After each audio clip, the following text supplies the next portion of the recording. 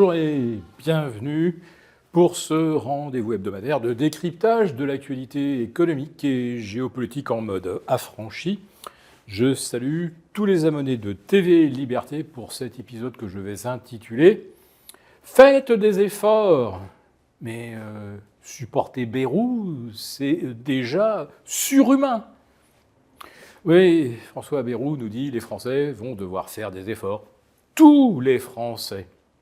Alors, des Français qui font des efforts depuis 30 ans que la France est dans le rouge, j'en connais beaucoup. D'ailleurs, pour une majorité, ce ne sont même plus des efforts, ce sont des sacrifices au quotidien. Les gens qui ne peuvent plus se loger du fait de l'inflation démentielle, du coût des loyers ou des mensualités pour acheter un bien immobilier, rajouter à cela les coûts prohibitifs et absurdes de l'énergie. Là, on n'a pas dit aux Français « faites un effort », non, on leur a collé le doublement du prix de l'électricité, et l'État, il est bien content, lui, d'encaisser la TVA qui va dessus, et puis qui a aussi remonté les forfaits sur l'abonnement électrique. Là encore, on aimerait savoir si ça correspond véritablement à une amélioration du service. Mais quand François Bayrou nous dit que tous les Français vont devoir faire un effort, allez, je vais faire du mauvais esprit, mais pour que tous les Français, du SDF, qui devrait avoir un toit sur la tête, nous avait promis Macron, à Bernard Arnault, un des meilleurs amis de Macron, pour que tout le monde participe, il n'y a que la TVA. Il n'y a que la TVA que tout le monde paye du SDF jusqu'aux multi-archi-milliardaires. Sinon, je ne vois pas très bien. Ou alors, on va peut-être demander, enfin, de faire des efforts aux députés qui se sont augmentés, je ne sais plus, c'était 400 € par mois, ou les sénateurs, 750. Ils auraient pu arrondir à 1000, comme ça aurait été plus facile à mémoriser.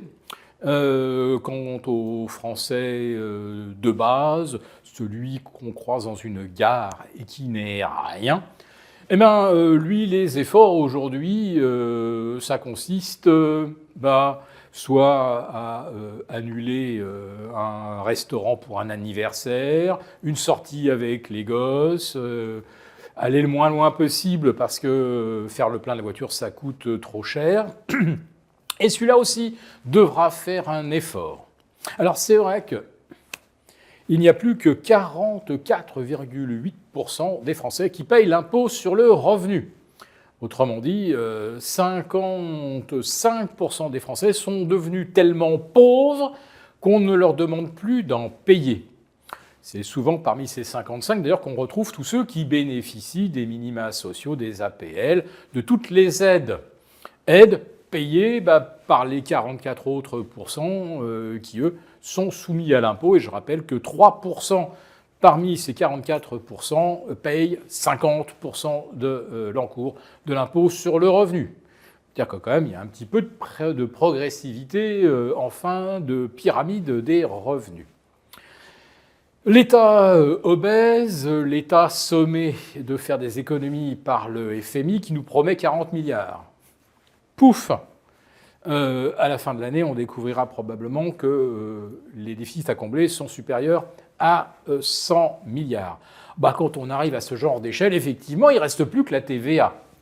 Ou alors, demander aux entreprises qui bénéficient depuis des décennies d'exemptions sur le versement de leur éco à la sécurité sociale, de mettre enfin l'argent qu'on leur demande pour boucher les trous. Et oui, parce qu'il y a un moment, il faut arrêter de dire que les Français dépensent trop. D'une année sur l'autre, les dépenses de santé progressent, bon an, mal an, de 2%, ce qui est normal vu le vieillissement de la population. Par contre, le trou de la Sécu, lui, se creuse beaucoup plus vite. Non pas parce que les Français passent trop de temps aux urgences. De toute façon, aujourd'hui, ils n'y sont plus accueillis. Non, c'est ceux qui ne versent pas l'argent qui sont responsables du trou de la Sécu. Et ceux qui ne versent pas, ce sont ceux qui ont réussi à négocier avec l'État des exemptions qui sont reportées d'année en année depuis des décennies. Oui, parce que chaque année, le budget de la Sécu est en théorie équilibré.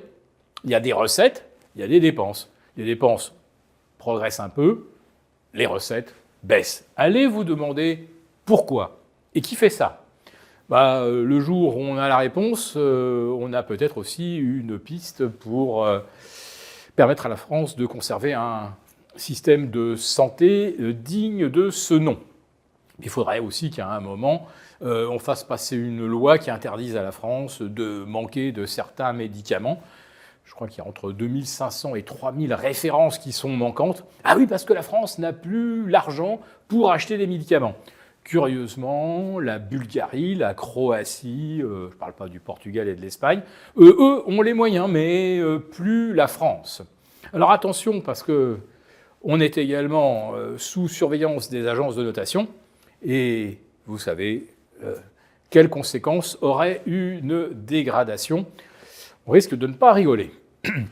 Il y a un autre pays qui est quand même en grande difficulté, il n'y a pas que nous, allez, le Japon est au bord, lui aussi, de la faillite, avec un président, ou plutôt Premier ministre du Japon, qui a déclaré le Japon, c'est la Grèce, mais en pire. Et c'est vrai que depuis le début du mois de mai, le pays subit un krach obligataire. Vous n'en avez pas entendu parler parce que pour l'instant, ce krach n'a pas contaminé les autres marchés mondiaux.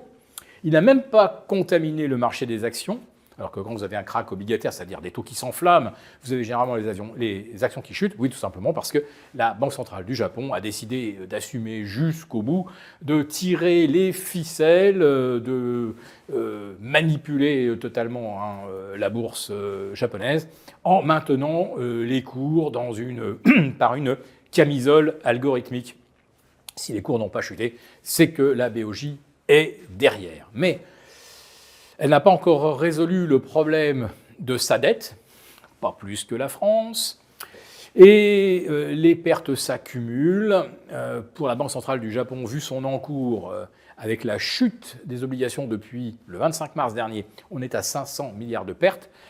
Et depuis le début de l'année, pour l'ensemble des institutionnels japonais, banques, compagnies d'assurance et organismes de gestion de retraite, on serait à 80 milliards de pertes. Et ces pertes, eh bien, c'est de l'argent que ces banquiers ne peuvent plus prêter, que les assureurs ne peuvent plus verser à leurs assurés et que les fonds de pension ne peuvent plus distribuer aux retraités. Alors j'évoque le cas du Japon, parce qu'en réalité, la France, eh bien, c'est quelque chose qui est assez semblable. Pour l'instant, on échappe au krach obligataire, mais pour combien de temps? Nous avons conçu à votre attention un rapport spécial que vous obtiendrez gratuitement en cliquant dans le lien en description de cette vidéo. Un rapport spécial qui analyse toutes les conséquences économiques, financières et patrimoniales. Et bien sûr, ce rapport vous offre également des mesures, des initiatives à mettre en place très rapidement pour protéger votre épargne, celle de vos proches. Tout ça donc dans un rapport gratuit que vous obtenez en cliquant en bas de cette vidéo.